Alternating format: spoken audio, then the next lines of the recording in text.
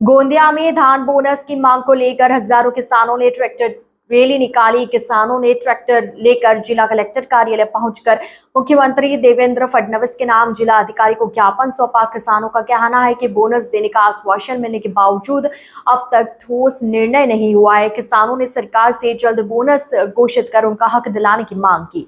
इस news में इतना ही। अन्य खबरों के लिए जुड़े रहिए ITN नेशनल के साथ। माझं नाव दीपक जियालाल भोयर आहे। मी ठाण्याचा रहिवासी आहे। मी एक शेतकरी आहे। आज शेतकरी वर्षभर धान पिकवतो, धान्य पिकवतो, कष्ट करतो, आभाळ करतो आणि त्याला योग्य पिकाची हमीभाव भेटत नाही।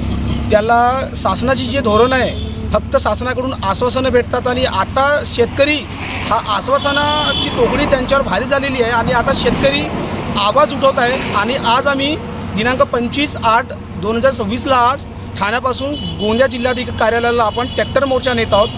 आता सरकारने आश्वासनं नाही ठोस निर्णयावर काम करण्याचा या करायला पाहिजे।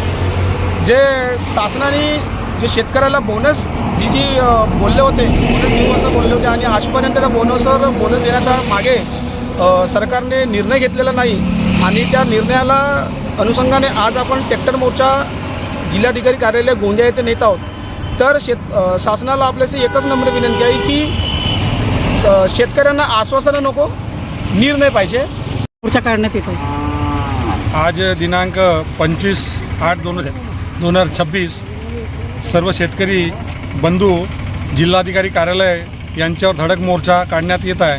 मोर्चा काढण्याचा मागचा उद्देश हाच की शेतकऱ्यांना 2024-25चे बोनस न देता शेतकऱ्यांना म्हणजे धूल फेकीचा षडयंत्र सुरू आहे आणि शेतकऱ्यांना लालीपाप देऊन शेतकऱ्यांची फसवणूक करत आहे।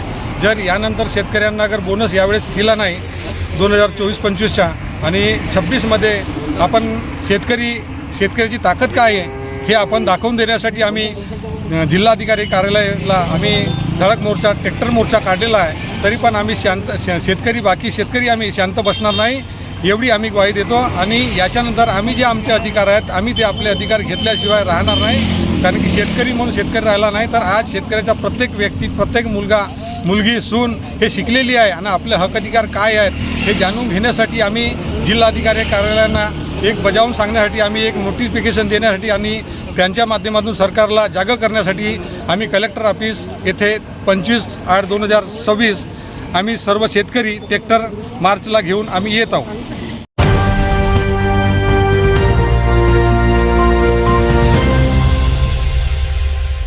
ITN National